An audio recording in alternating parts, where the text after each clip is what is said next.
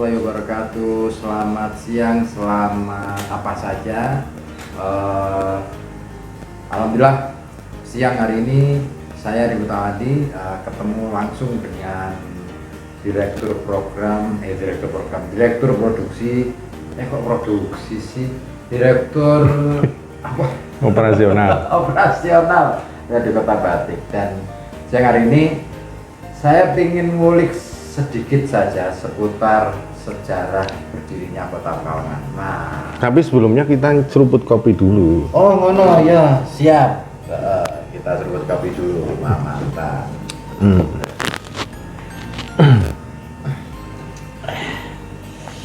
Kopi Canting. Iya, acara ini disponsori oleh Kopi Canting.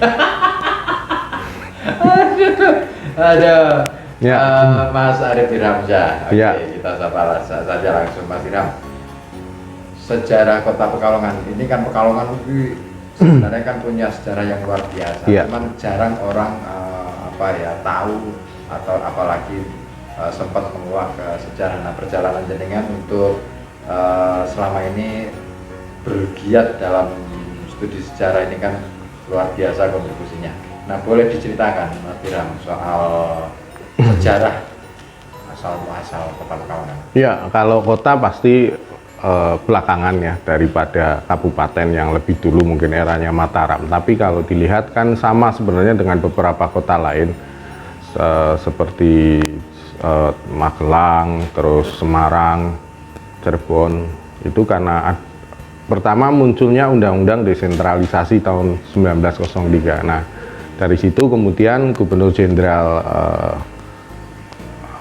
Belanda itu Hindia Belanda mengeluarkan Standblad tahun 1906. Nah, salah satu Standbladnya untuk Kota Pekalongan itu 1924 nomor 124 itu yang menjadikan ada 4 item yang membuat Pekalongan akan menjadi otonom sendiri dan menjadi sebuah kota yang memiliki juga Dewan Kota Praja.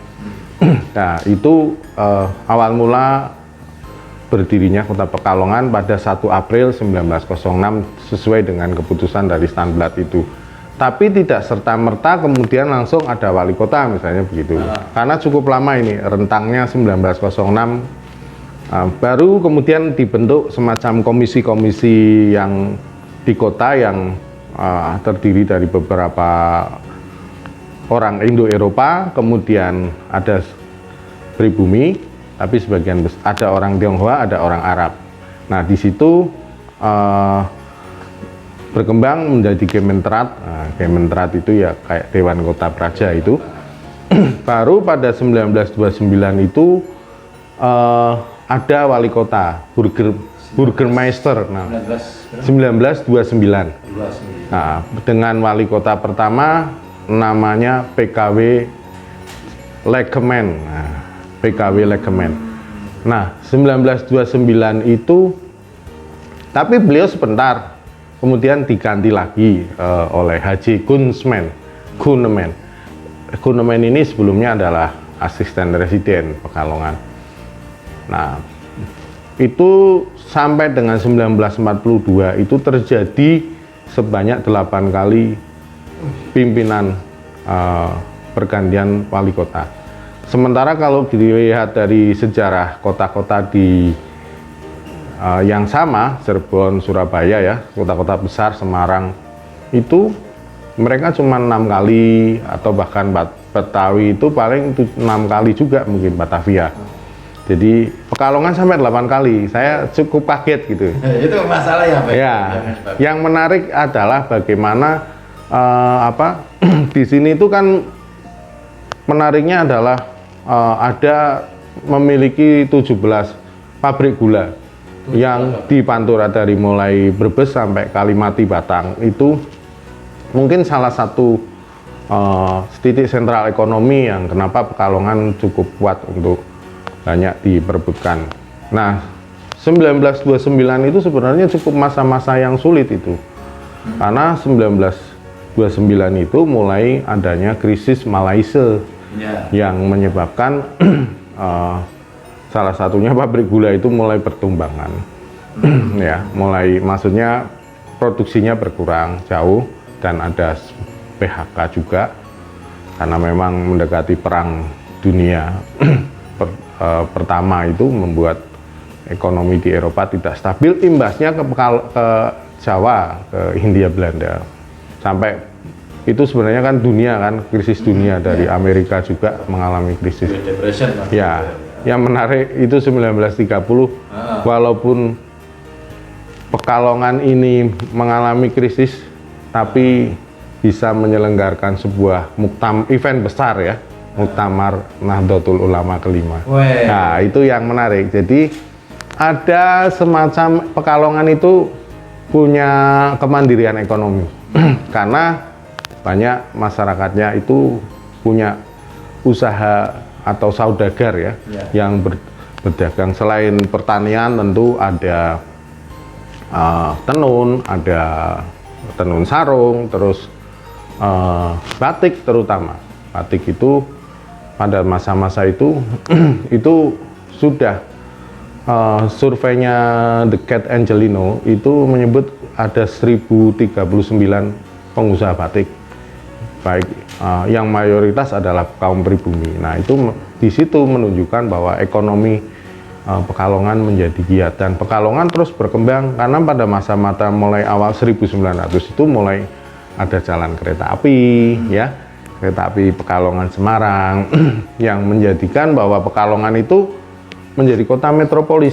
Kenapa?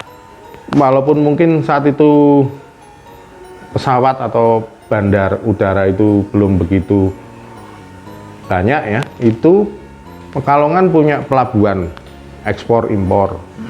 Kedua, punya jalur pantura yang bisa dilalui jalur darat kendaraan-kendaraan pada masa itu.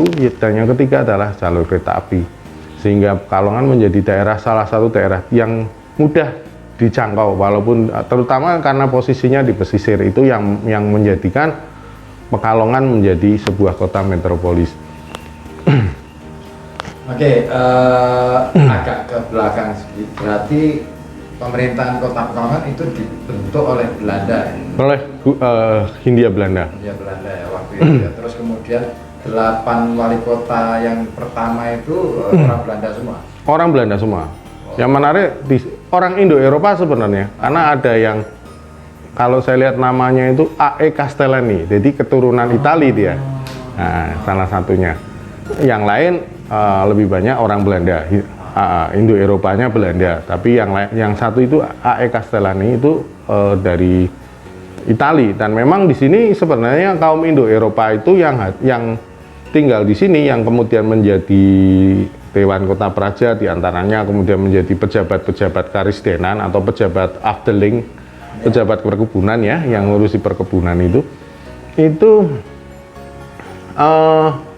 dari kaum Indo-Eropa itu ada yang dari Inggris, ada yang dari Australia, ada dari Swiss, ada dari Denmark, kemudian ada dari Prancis. Nah, salah satunya adalah J.C. Simonet. Nah, J.C. Simonet itu yang menjadi anggota Dewan Kota Praja seangkatan dengan Alphonse van Zwielen. Nah, ini dua orang ini punya istri, Simonet dan van Zwielen ini pengusaha batik yang sangat terkenal, yang boleh dikata maestronya di bidang batik, terutama motif-motif buketan. Nah, itu Alphonse dan Simonet.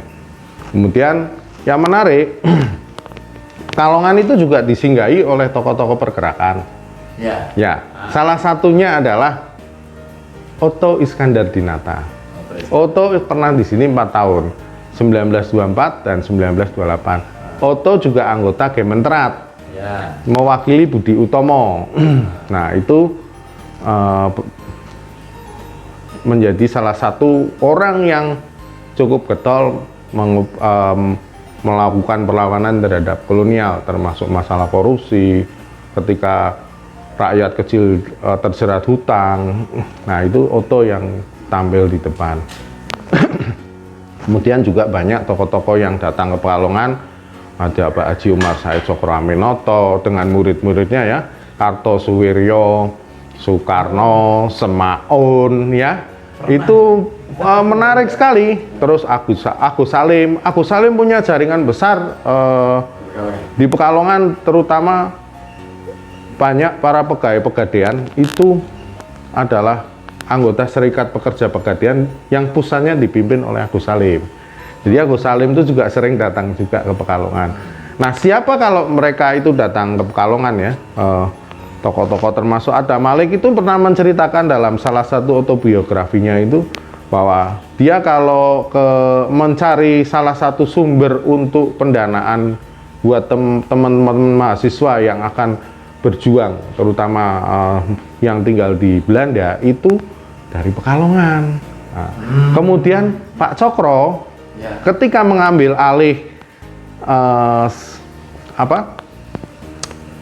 penerbitan di Bandung yang di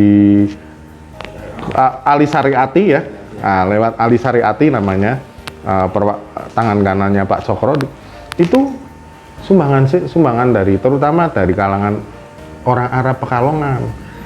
Duitnya, nah itu yang menarik, tidak pernah banyak yang terungkap. Nah itu yang menarik dari Pekalongan itu begitu. Jadi Pekalongan punya kemandirian ekonomi, punya juga disenangi oleh para tokoh untuk datang ke Pekalongan untuk mereka melakukan roadshow ya untuk perjuangan melawan kolonial. Artinya berarti kan bahwa Pekalongan itu punya sumbangsi besar untuk perjuangan Indonesia. Iya. Merdeka. Tapi gini, pada posisi itu di awal-awal kota Pekalongan dibentuk itu kan tentu ini ada nggak pergesekan antara Pangreh Praja di waktu lalu sama yang kabupaten yang dibentuk oleh Mataram dengan kota Pekalongan itu? Ya, ini menarik. Pangreh Praja itu yang boleh dikata golongan ningrat itu ketika kaum saudagar ini sudah punya kekayaan yang maksudnya bisa setara dengan mereka itu mereka tidak takut lagi dengan para juragan yang disebut para Pangreh Praja itu yang disebut priayi. Itu bahkan sepertinya kaum juragan ini kadang enggan misalnya berhubungan keluarga, misalnya menikah. Enggan, beliau lebih suka para saudagar ini menikahkan misalnya dengan tokoh ulama, anaknya tokoh ulama, itu lebih disukai dari kaum orang-orang Pekalongan. Lebih prestis. Iya, mereka punya ada semacam pokoknya kebanggaan. Kamu belum jadi orang kaya. Ini ada doktrin juga, walaupun kalau belum ikut mengopeni para ulama itu. Jadi para ulama termasuk muridnya Mbah Soleh Darat siapa? Mbah Amir. Mbah Amir itu di sini sudah ada yang natain jurah Mbah Adam itu. Jadi beliau banyak tokoh-tokoh yang kemudian memilih untuk tinggal Pekalongan. Salah satunya muridnya Mbah Hasyim Asari, Kiai Haji Muhammad Ilyas itu ketika dia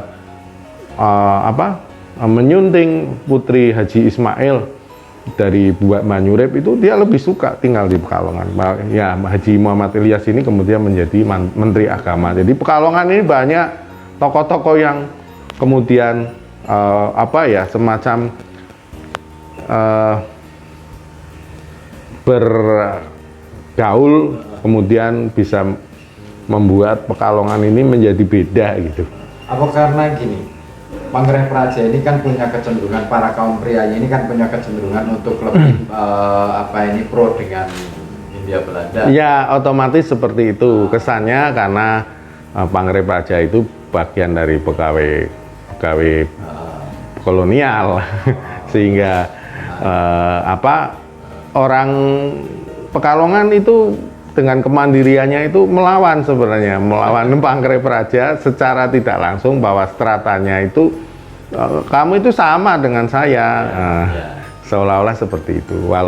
Walaupun mereka pejabat, tapi kedatangan tokoh-tokoh itu memang punya pengaruh. Misalnya Pak Otto Iskandar misalnya, dia menyuruh tetangga-tetangganya termasuk istrinya dan para tetangga-tetangga, kalau di hadapan Bupati Aryo Suryo tidak usah munduk-munduk, tidak usah apa istilahnya dodok, setepas saja, cuman mengangguk saja cukup gitu. Artinya tidak terlalu ndosor lah. Nah itu pasti dengan ketemu para tokoh itu otomatis banyak perubahan, karena orang Pekalongan itu lebih terbuka ketemu orang siapapun. Dan ketika itu pengaruh-pengaruh dari kaum nasionalis dan kaum pergerakan itu masuk, maka otomatis sikapnya akan berbeda terhadap para penguasa. Iya, ini menarik sebenarnya. Sayang waktu kita dibatasi di sini. Sebenarnya ada hal yang menarik lagi kaitannya dengan Pekalongan. Kemarin waktu aku nulis tentang Lawang Songo. Oh iya, Omah Lawang Songo. Saya mendapatkan pencerahan. Nggak tahu ini sumber informasinya dari mana. Tiba-tiba saja muncul bahwa kenapa para juragan itu membangun rumah mereka semewah itu. Karena ada alasan bahwa itu adalah salah satu cara mereka untuk menaikkan derajat orang betul. Gitu loh. Bahwa saya adalah bukan lagi buruh. Betul, itu keren. Tapi itulah perlawanan-perlawanan yang dilakukan oleh orang Pekalongan. Banyak hal yang dilakukan, termasuk di dalamnya dari sisi arsitektur dan banyak hal. Saya kira itu dulu yang bisa kita sampaikan. Terima kasih sudah menyimak. Kita ketemu lain waktu. Terima kasih. Wassalamualaikum warahmatullahi wabarakatuh.